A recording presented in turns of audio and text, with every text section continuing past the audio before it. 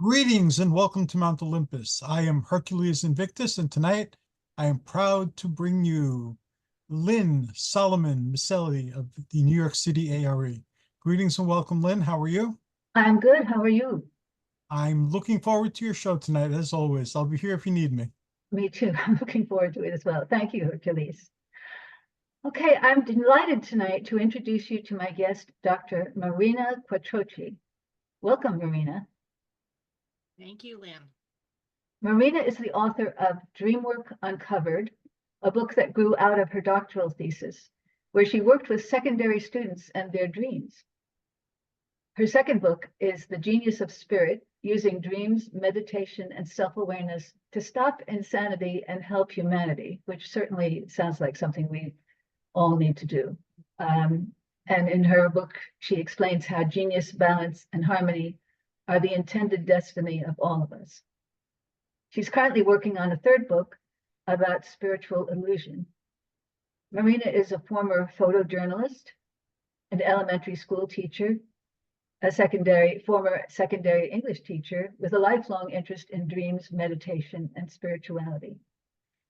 Through her center, Dreamscapes, she offers a variety of services: yoga, qigong classes, workshops, dream therapy, tarot readings, Myers-Briggs assessments, all of them with the goal of helping her clients form a deeper connection with spirit. And Marina is joining us from her home in Ontario, Canada. And also coming up on the evening of Thursday, September 26th, just a few days away, she will be offering an online presentation on activating miracles and superpowers to help humanity. Miracles and superpowers. I like that a lot. Sponsored by the ARE of New York Edgar Cayce Center. So we'll talk about that a little bit more later. So Marina, I read a number of books and articles and heard people speak about working with dreams often, but I've never heard anybody talk about dreams and about sleep quite the way that you do. In your book, you tell a story about being at a wild party when you were young, and your friends at the party were looking for you, and they found you in one of the bedrooms, not carrying on with your boyfriend, but fast asleep. So that's unusual. Yes, it's absolutely true. One of the interesting things, when I started to delve into dreams, I, delved into sleep. And one of the interesting things about people is that we all require different amounts of sleep. And I've always been one of those people who really, really needed a lot of sleep. So I would frequently fall asleep at parties because I would just be exhausted. So the interesting thing is teenagers need 9 to 10 hours of sleep every night. And I was a teenager at the time. So I was just honoring what my body needed. Most adults need 8.25 hours of sleep every night, but very, very few people actually get that much sleep. We know that before the light bulb was invented, over 100 years ago, everyone was sleeping between 8 and 10 hours of sleep a night. So we become a very unhealthy civilization because most of us are sleep deprived. Most people are not getting the 8.25 hours that we need. There is a small percentage of people who can survive with 4 to 5 hours of sleep, but that's only about 5% of the population. So I always loved sleeping, and I would make sleep a priority. Well, that's kind of beautiful. You're making me realize how much I need to improve my sleeping habits. You also talk in the book about the freedom that dreams offer to try things and do things risk-free. That was interesting. Yeah. So what a lot of people don't realize is that when we're dreaming, our soul is free. So during our waking hours, we're motivated mostly by our minds and our egos, and our mind really, really runs the show. But the essential part of us is our soul or spirit, like the real core, eternal part of us is our soul or spirit. So it's usually only when we sleep that the soul has an opportunity to really come forth and guide us and enlighten us and show us what we need in life. So when we sleep, our body is really in a kind of suspended animation, and our soul goes out. And in the dream state, there's no restrictions of time or space. So we can go forward in time, we can go backward in time, we can go to other dimensions.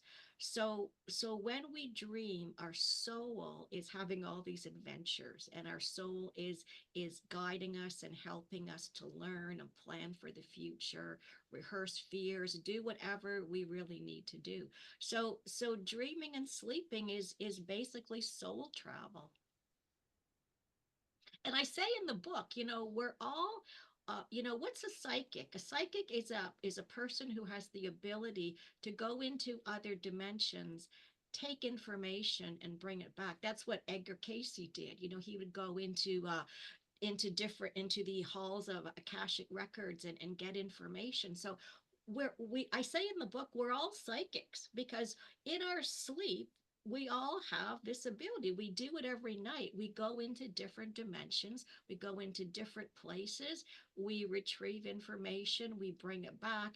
And unless you get into the habit of journaling your dreams, you're completely not conscious of what you do for 1/3 of your life. And you were mentioning Edgar Cayce. He said that nothing important happens in our lives that's not previewed in a dream, I believe. Yes, that's true. There's another quote I use in my book. Everything that happens first in a dream. So we think it's our mind that has all the wisdom and the insight, but it's really our soul, our spirit. That is the place of genius and innovation and creativity and all the things that are good for us, like faith, love, hope. That's all. Those are all soul qualities. And speaking of soul qualities, you take a lot of pains in your book to put dream work in the context of spiritual development, even though you say that dreams are just as useful for atheists or agnostics as they are for people who are consciously on a spiritual path. Mm-hmm. But you take a lot of pains in your book to put dreams in the context of what you call karma and dharma. So could you talk about how you understand that? I thought that was Sure, because I feel it's one of the most important aspects of understanding your dreams. So we're all here, like, we've all heard the expression, Earth is a school, so we all came to Earth because we have lessons to learn, and our lessons are our karma. And so karma are the things that we have not yet learned or understood. So for one person, it could be how to communicate effectively. For another person, it might be to finally get rid of fears and be fearless. For another person, it might be to overcome jealousy. Another person, it might be to overcome anger. So we all come to this earth school with our issues or our karma. And our whole purpose in being here is to learn our lessons and to work through our karma.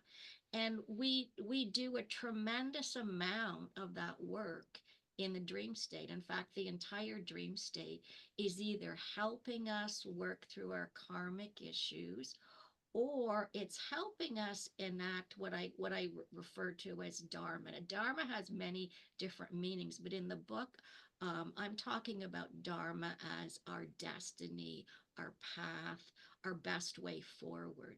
So we all have issues that we need to work on, but we all have gifts that we hopefully will give back to the world, that gets us spiritual merit or grace.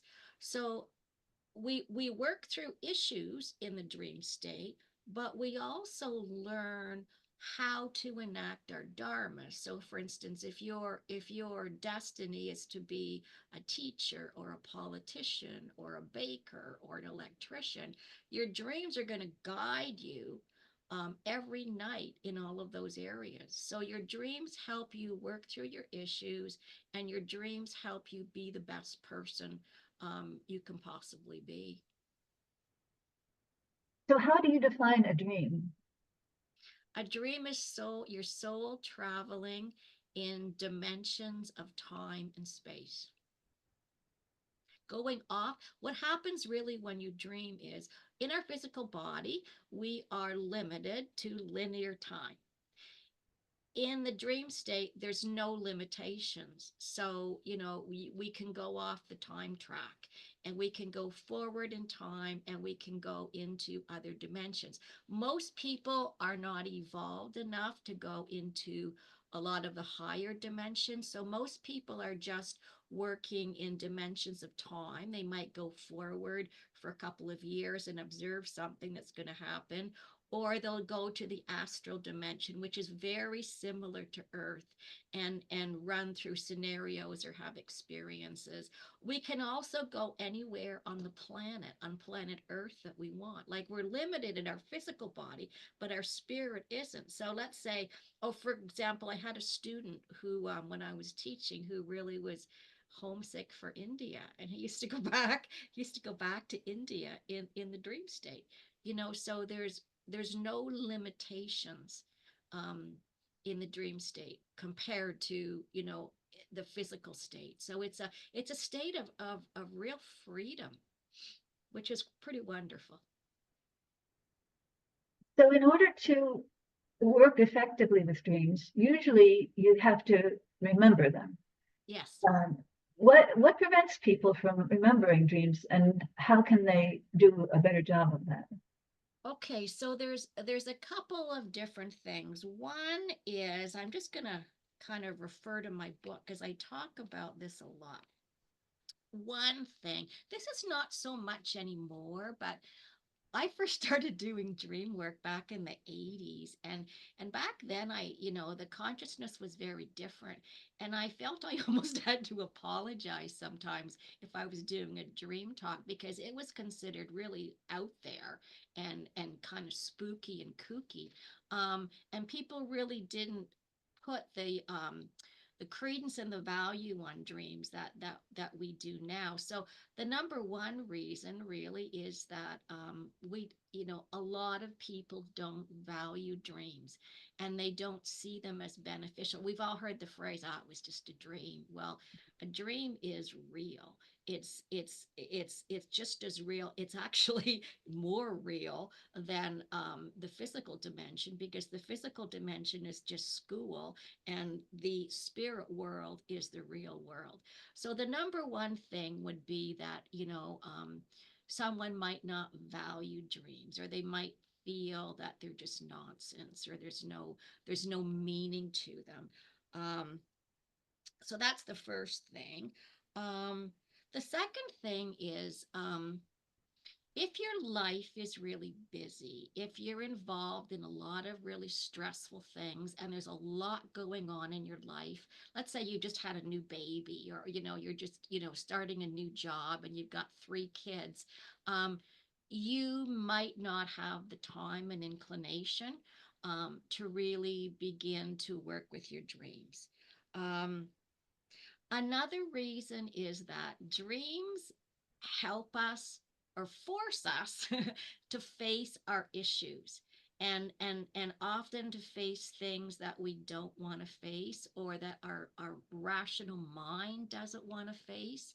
And so our ego, it acts like a censor, and it will block dreams out if it feels like she shouldn't be understanding this, or she shouldn't be seeing this or doing this. So the ego will act as a censor and block things out until we reach a point where our ego and our spirit work more in harmony. Another reason is that we may we go really forward in time a lot in our dreams, and we may have gone forward 10 years, to really see something or observe something. And we may not need to have the recall because it's not going to make sense for several years. So it just kind of goes into our subconscious until 10 years pass or 5 years pass or whatever that amount of time is. And then we might spontaneously have the recall. Another reason is I found that with myself, my dream recall goes in cycles. So I'll have lots and lots and lots of recall, and then I'm kind of working on the issues and I kind of coast and I don't have as much recall. And then I have lots and lots of recall, and then I'm, consolidating it, and then I'm not having as much recall. So those are the main reasons why people don't understand or don't recall their dreams. Sometimes people are just, you have to have time. And, sometimes people just don't have the time in their lives to really do it. It is a discipline. You have to wake up in the morning. You have to have the luxury of being able to sit there and write it out, which can take 15 or 20 minutes. And then, you know, um, ideally, you would need a couple of minutes just to sort of be quiet and meditate on it and think about what the meaning of the dream is. So some people just don't have that luxury of time.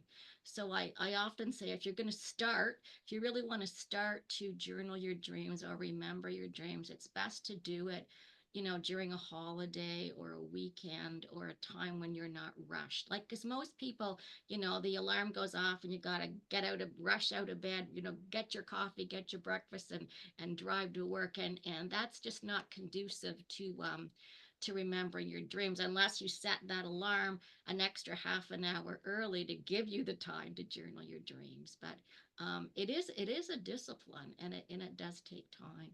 And you have to really believe. If you don't believe that your dreams are important and meaningful, your brain, your mind will just disregard them. And do you think that that it's kind of like the more you work with them, the more you follow the guidance that's in your dreams, the more clear they'll become because you're using them? Absolutely. It's like any skill. The more you do it, the more you begin to recall your dreams, the easier and easier it gets, and the more frequent it gets. Yeah. It's like once you pay attention to your spirit and not your mind or your ego all the time, the spirit's always waiting patiently to teach you, instruct you, show you. Spirit really steps up and becomes your best teacher. So how do you work with dreams? How do you work with the symbols that show up in dreams? Okay, so these are excellent questions, Lynne. With symbols, there's two things that are important to understand. First of all, every symbol can have multiple meanings. Like I've got one very, very thick symbolic dictionary. And, for one symbol, like snakes, there's like 10 pages of different things, because it means a different thing in different cultures and at different times in history. So every symbol can have multiple meanings, but it's always related to the dreamer and the dreamer's experience with the symbol. So, for example, dogs. If you grew up with a dog and you loved your dogs and your dogs were loyal and your best companions and your source of affection and love, you would have a very positive um, feeling about dogs, and that's what dogs would represent to you in your dreams. They might represent companionship, unconditional love. If you grew up and were bitten by a dog, let's say you were 4 years old and you were afraid of dogs, a dog in your dream might represent danger. So everybody, whatever your experience with a dream is, that's what the dream means to you. So there's exceptions though. There are universal symbols that mean the same to everybody in almost every culture. So for example, diamonds usually represent, engagement. Hearts usually represent love. Mountains usually represent lofty ideals. So there's all these archetypal symbols that mean the same thing to everybody in all cultures, but the majority of symbols are very personal, depending on your experience with that symbol. So I'll give you another example. Mother. If your mother was warm and nurturing, it would be a positive symbol for you. If you had a very distant, aloof mother who was harsh and punitive, that's what a mother would represent to you. So every symbol can have multiple meanings, but it's always the meaning that is personal for you.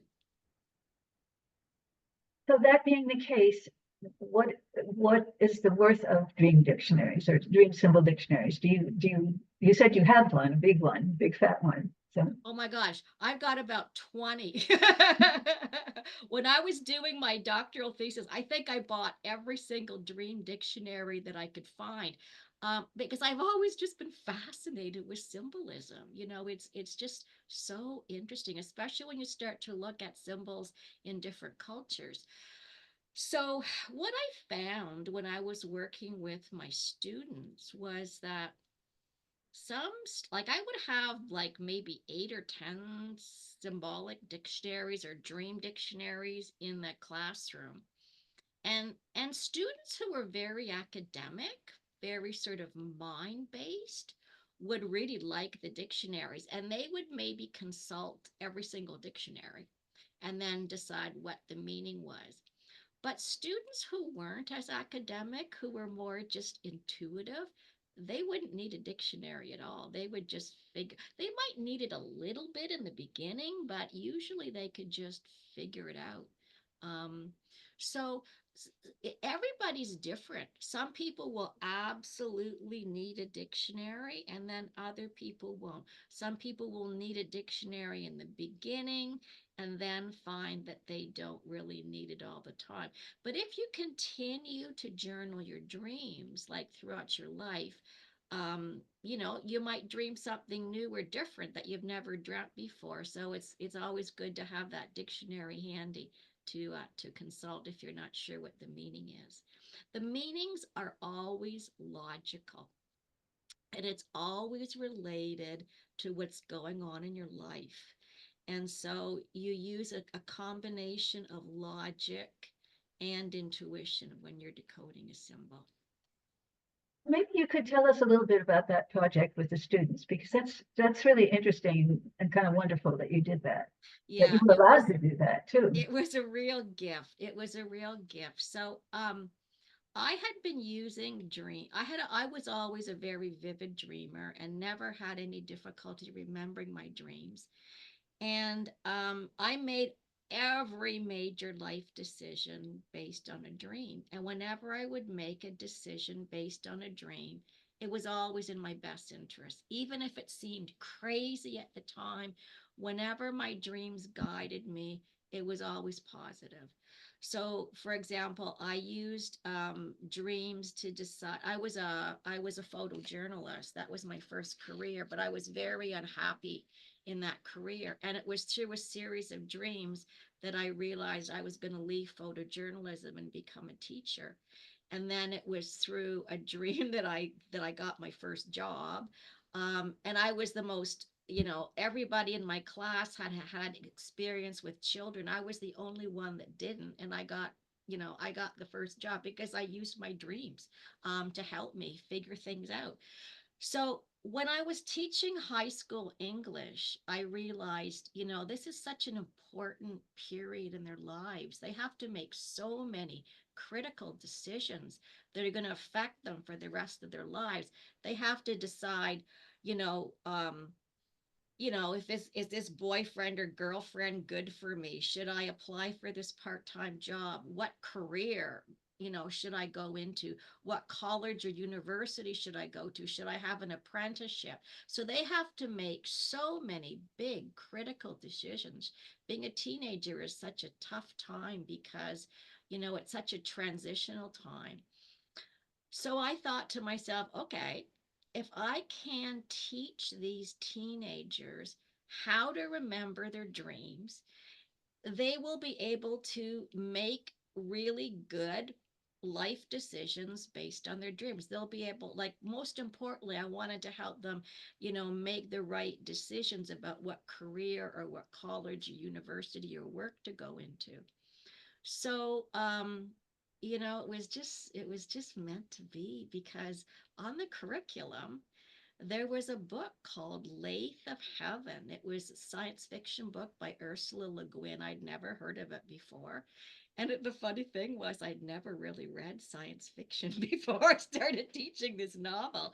But it was a brilliant novel, and it was about this man who started to dream, and whatever he dreamed would happen, and it freaked him out. So he tried to suppress his dreams, and dream suppression is just like death. You absolutely have to dream for your emotional balance.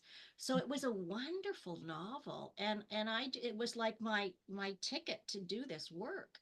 And I had a fantastic principal. I told him what I wanted to do, and I kind of said, like, this is a bit controversial. Should I be sending letters home to the parents and asking permission? And he was just incredibly supportive. He said, no, I think what you're doing is great. You don't need to send home any letters.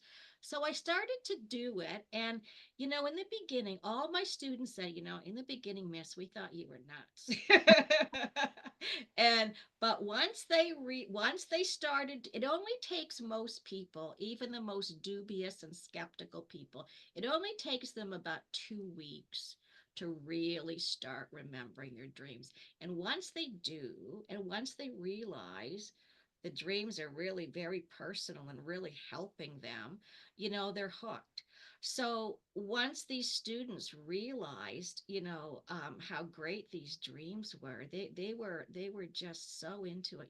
I used the expression, when I taught grade one, I ended up teaching every grade, but when I taught grade one, kids would hyperventilate, like you'd ask them a question and they'd be so excited because they wanted to please the teacher. They'd hyperventilate, with excitement. Then when you get to high school, kids are not hyperventilating with excitement, or very rarely. But when I was doing dream work, we'd come to the part where I'd say, okay, we can talk about our dreams now. Tell me what you dreamed last night. And they would the whole class was like hyperventilating, like they could hardly wait to talk about these dreams. They were so turned on by it. It was the most wonderful experience, because they made really positive decisions, and it guided a lot of them into creativity, into music. They began, the wonderful thing, I never ever had any negative feedback from parents. In fact, parents absolutely loved it, because these teenagers were talking to their parents about their dreams, and they were discussing them together and working through them. So it brought these teenagers closer to their parents. So yeah, it was successful beyond my wildest dreams. Like, I kind of went into it not really knowing what was going to happen.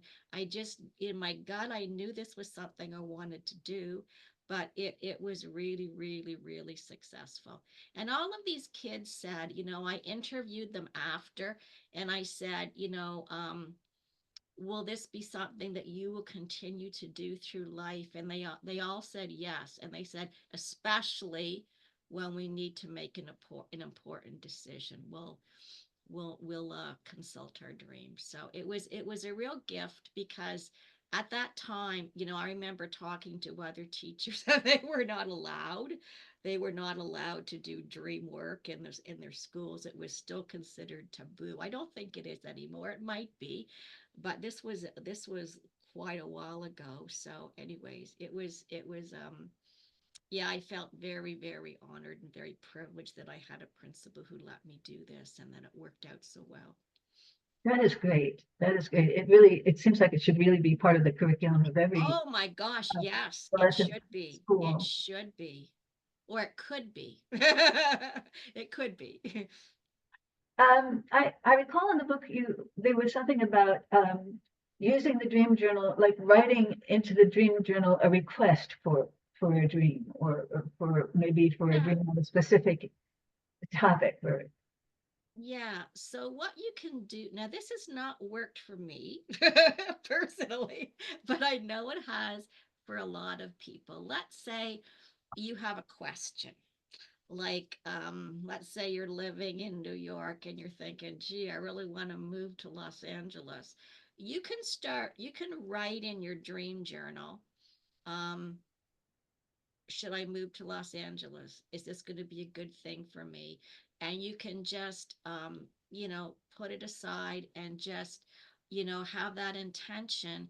And many people do get the answers in their dreams.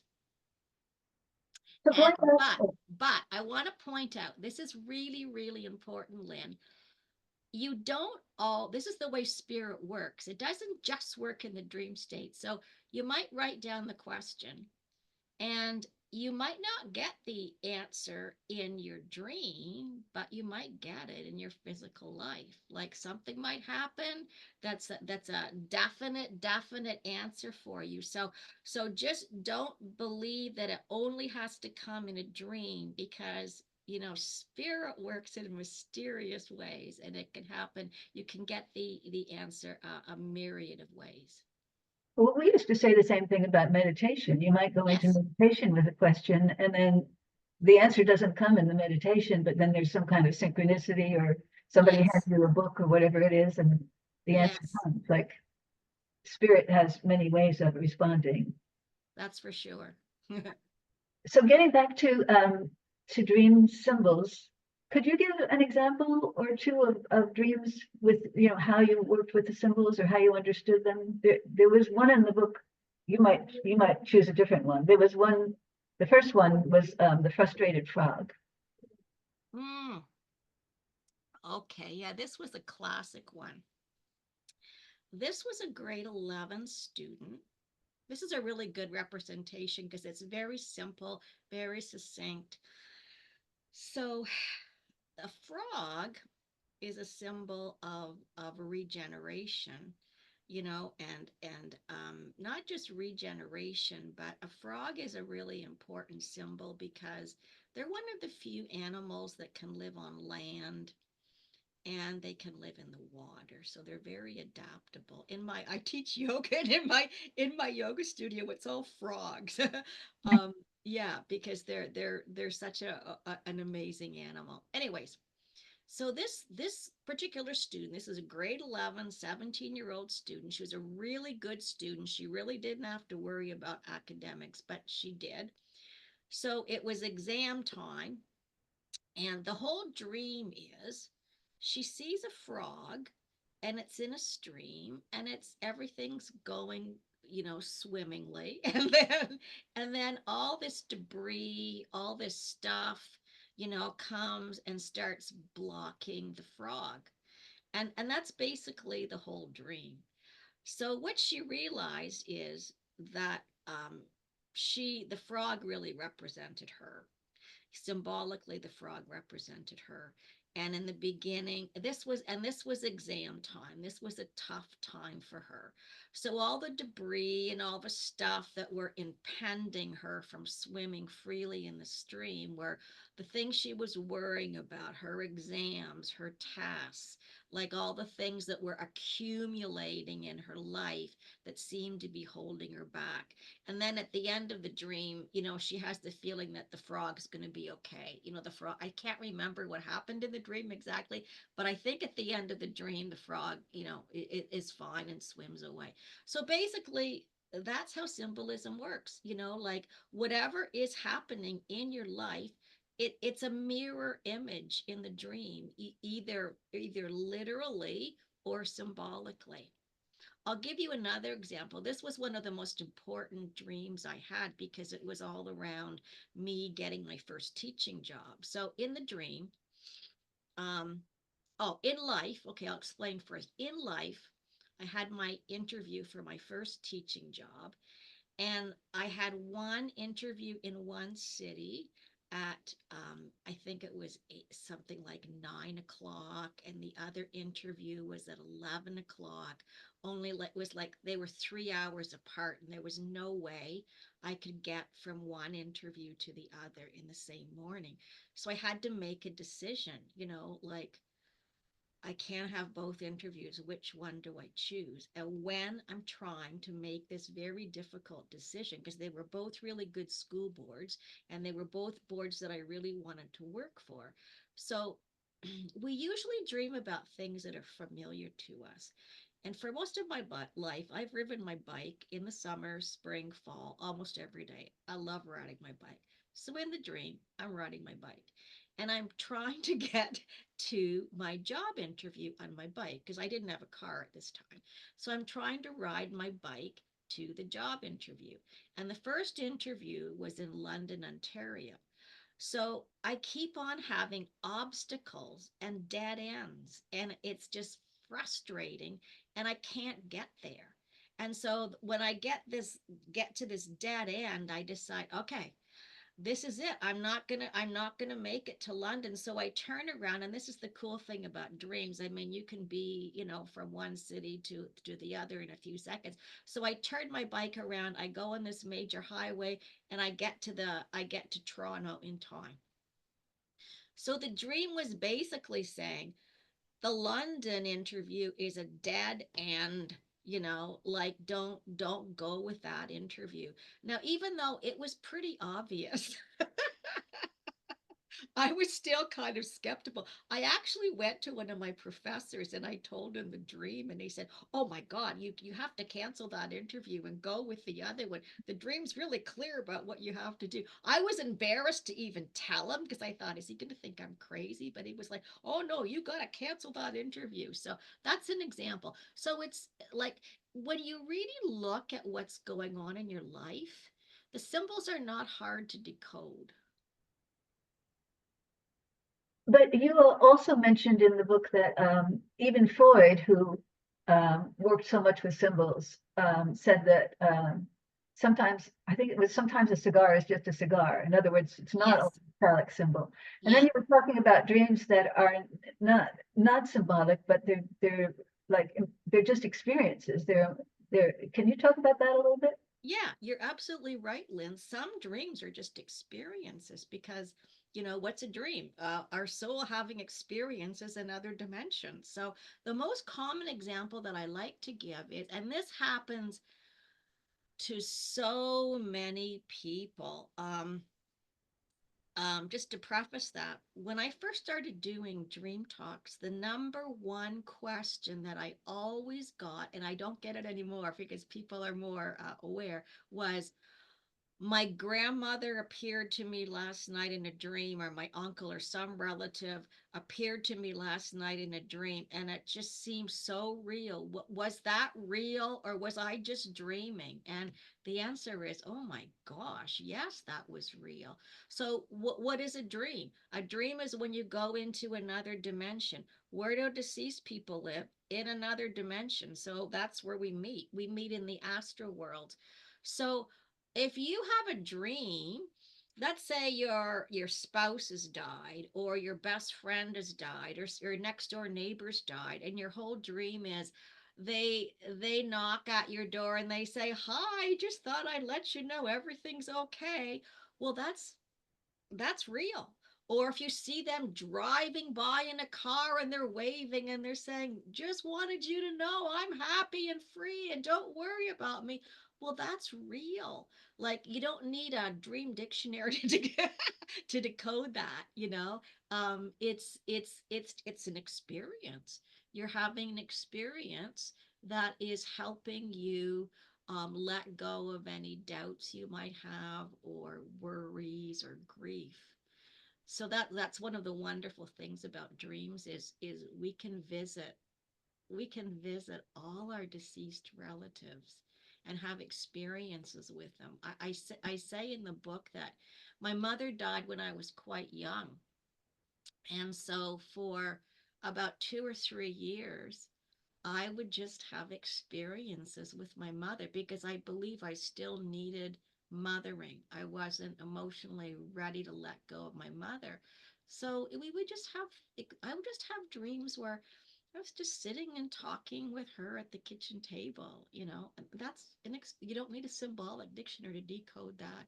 And the neat thing is that not only can we have experiences with friends and relatives in dreams, but pets, our animals, their souls, they will come to us in the dream state and we can play with them. And the really neat thing is, you can talk to your animals in the dream state like you couldn't talk to them in the physical world. I'll tell you a really, really funny dream that I had with this dog. So this was not my dog, but I adored this dog. His name was Coco, and he was a miniature Dachshund, and I adored this dog so much. It was my dad's dog. And my dad wanted to give it to me when he got older, only I lived in a place that didn't allow pets and I couldn't move. And I was devastated because I really wanted this dog. So they gave the dog to this family and they had children, but Coco died after a couple of years.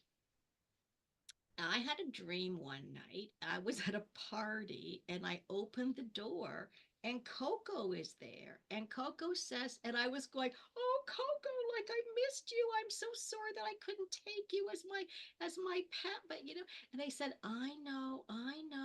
It's okay. I just wanted to let you know everything's okay. And he turned around and he walked away. And then I found out 2 weeks later from my father that Coco had passed away. So this dog came to me in the dream state to reassure me and let me know he was okay because they know what your emotions are. So any dream that you have with a deceased person or animal is a literal experience. Another example would be Freud believed that a lot of our dreams were just wish fulfillment, and so sometimes when we wish for something that we can't have in our physical world, we can have it in the dream state. Like if you can't afford to go to a Caribbean beach or an ocean for a holiday, you can go in your dreams, which is really, really cool. If you can't afford to buy something or have something, you can do it in your dreams. So a lot of our dreams, we play out our wishes or experience our wishes in the dream state. Does that answer your question? Yes. Well, that's making me think of there was a time in my life when I was in college when I was having a very, very, very painful, difficult time. And the dreams, I don't remember what the dreams that I had were, but they were just so beautiful. And the dreams were just so beautiful and so joyful and so enlightening. And so it was almost like my soul said she needs something to brighten her life up a little bit because she's going to end it all if she continues to be this depressed. So let's give her something wonderful, and that was what happened. Oh, I'm so glad you said that, Lynne, because that is what Jung believed. Jung believed that a lot of our dreams were compensating. So just like your example is so wonderful. If you're going through a difficult time, you might go to beautiful places of light in your dreams.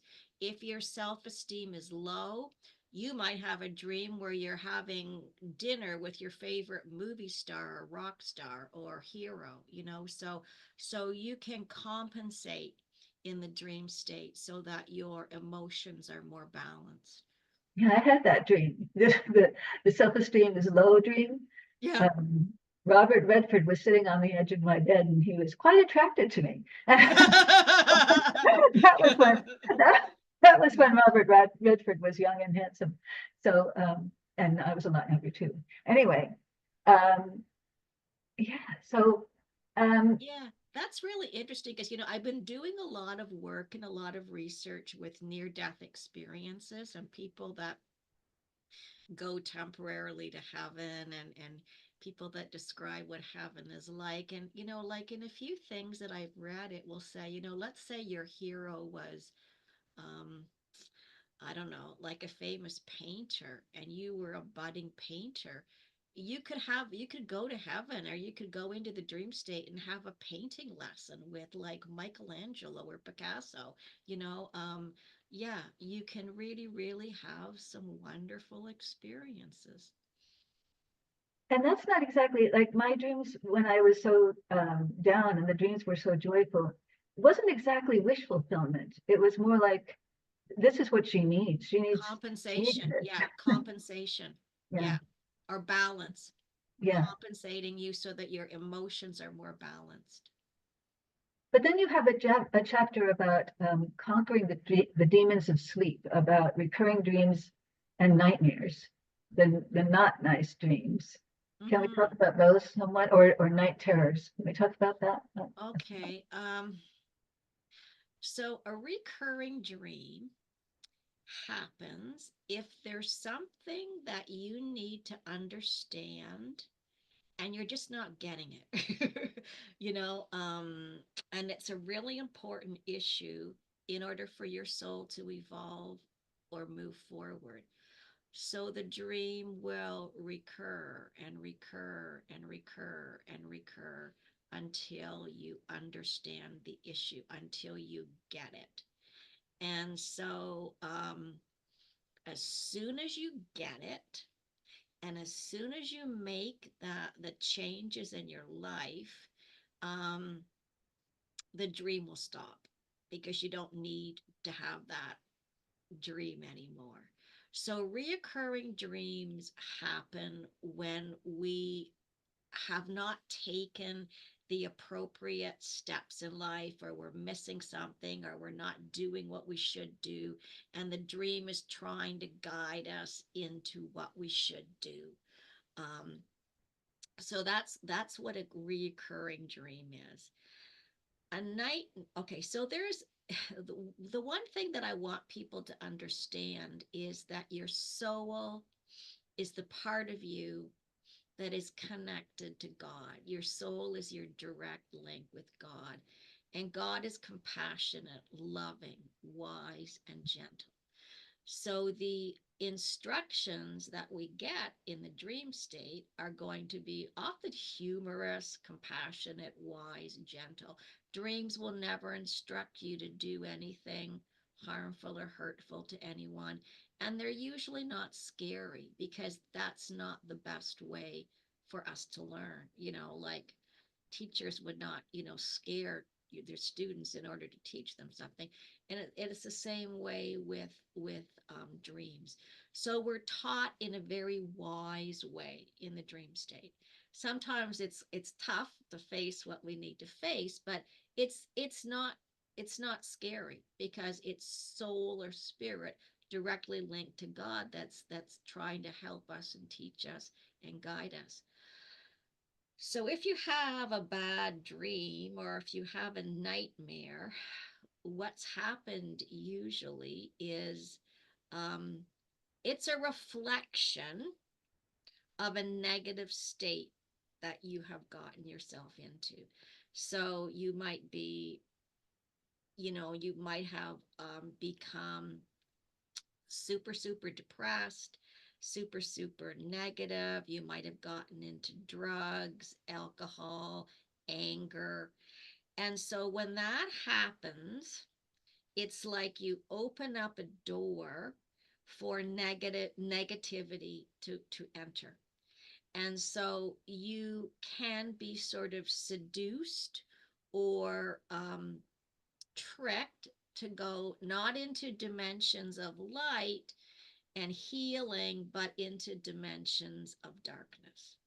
And if you get, and this is why some children have nightmares, they get sort of seduced and they get into these, it's like, you know, the chamber of horrors. And the darkness doesn't want us to have power. So darkness will scare you, to manipulate you, to keep you down so that you cannot achieve your greatness. So they keep you in a state of fear, basically fear, self-loathing, panic. They'll use all the negative emotions to keep you down so that you don't work on your issues, so that you don't move ahead. Because in order to work through your issues and complete your destiny here on earth, you can't do it if you're fearful all the time. So um any kind of bad dream or nightmare is usually a direct reflection of your own negative state of mind.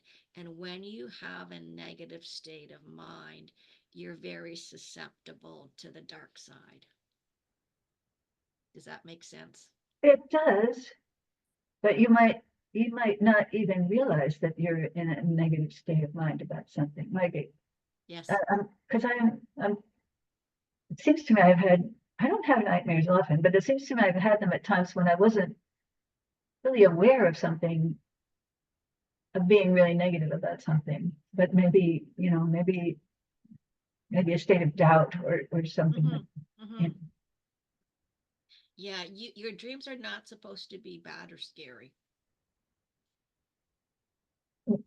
Would it be possible for you to give those 20 keys that you have? Would it be hard for you to find them and pull them up and share them Okay, with us? let me see.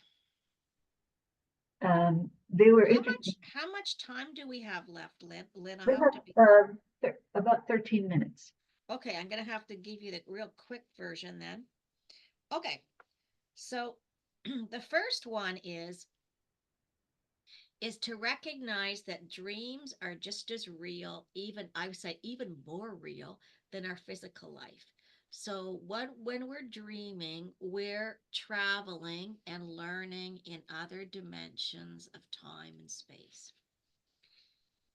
The second thing is there will be people, characters, and animals in our dreams from all dimensions and from past, present, and future since we enter a world without linear time. And a lot of these people, it's like every dream is like our own personal play or movie. And a lot of times, friends, relatives will agree, okay, I'm going to help you act out this, this movie script, and they will be in your dream. The really important thing to understand is that every dream is about you. So our dreams are always about us. It's not, we're not dreaming so we can help our next door neighbor that has an eating problem.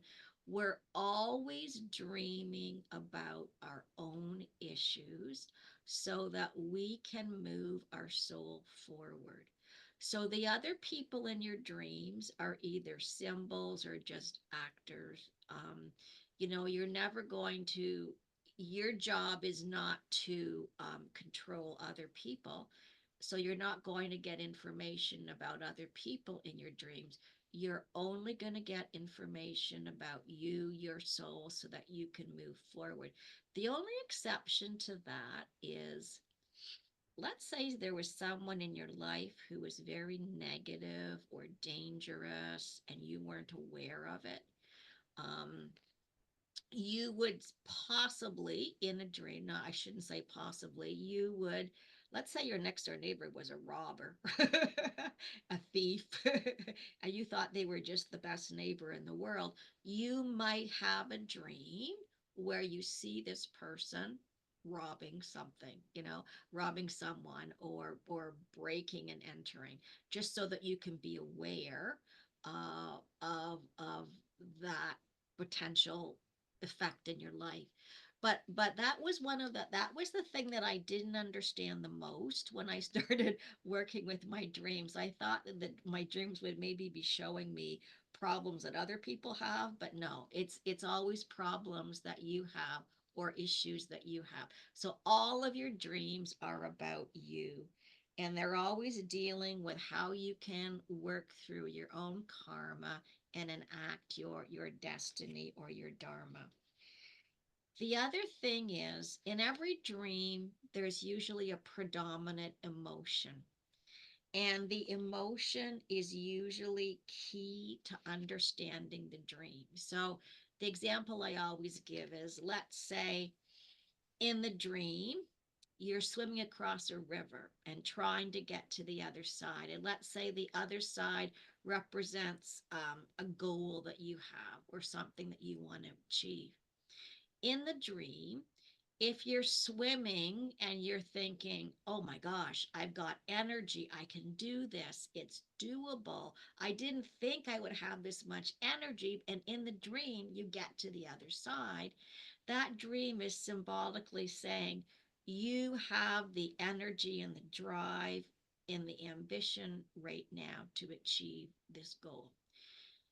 If you had a dream and you're swimming across a river, let's say, you're thinking of starting a new business, um, and you keep on sinking and there's like obstacles in the way, and you see this big alligator and you're afraid it's going to eat you, and it's just it's just horrible, and the dream ends and you think you're going to sink and you don't have the energy to save yourself. Well, that dream is saying, no, you this is not doable, it's not going to be successful for you.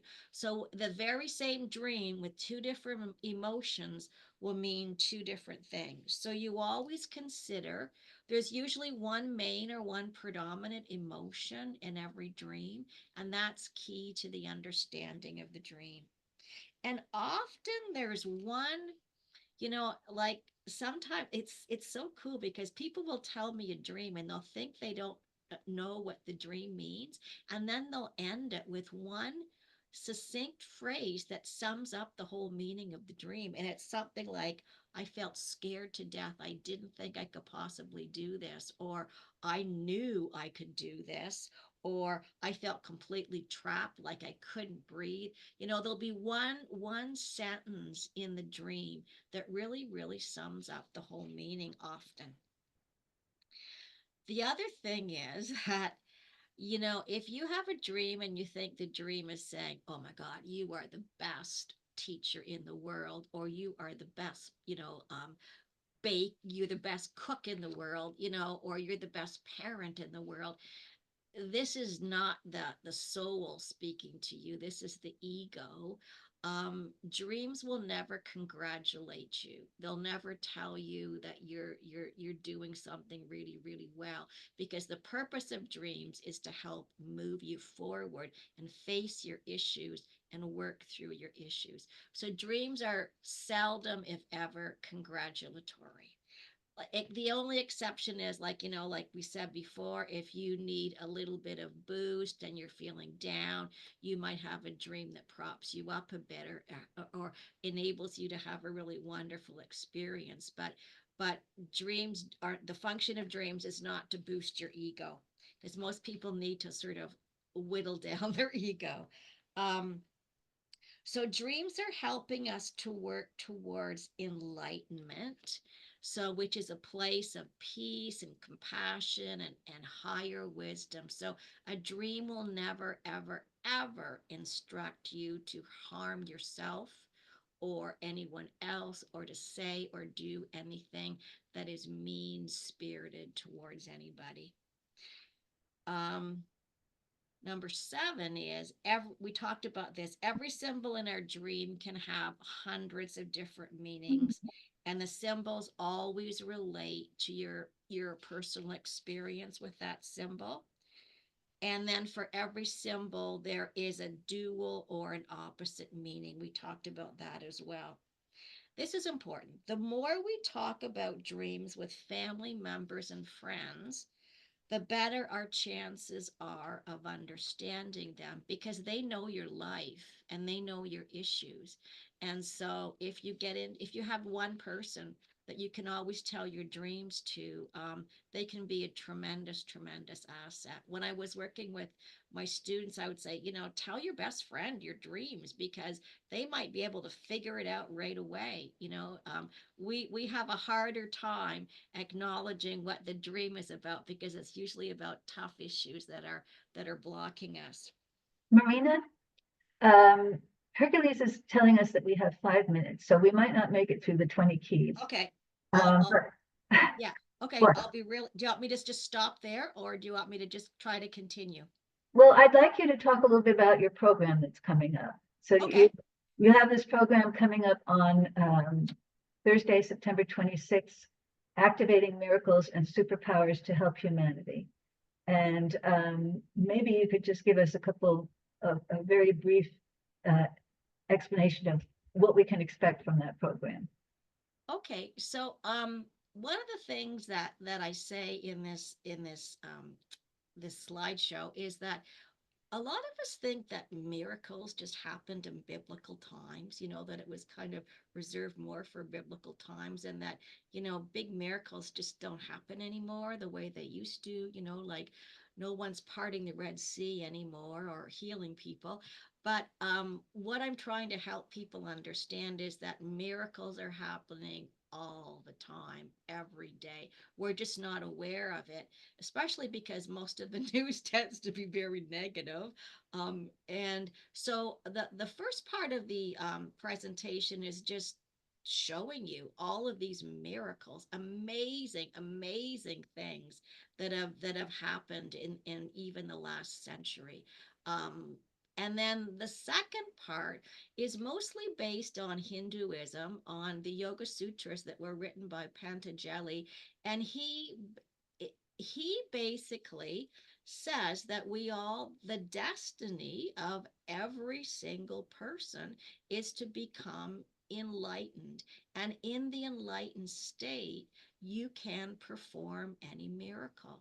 You can talk with animals, you can bilocate. So I'm going through all of the powers, all of the superpowers that are part of our destiny, and trying to get people to understand this was never just meant for a few saints or sages. This ability to have superpowers is meant for everybody, and it's the final goal that we're all here to achieve. That's exciting. So I'm definitely going to be participating in that program.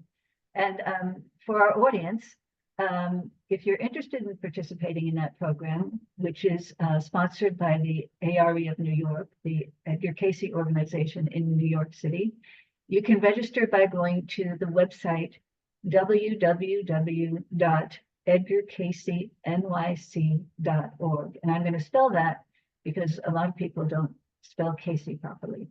So it's www.edgarcaycenyc.org.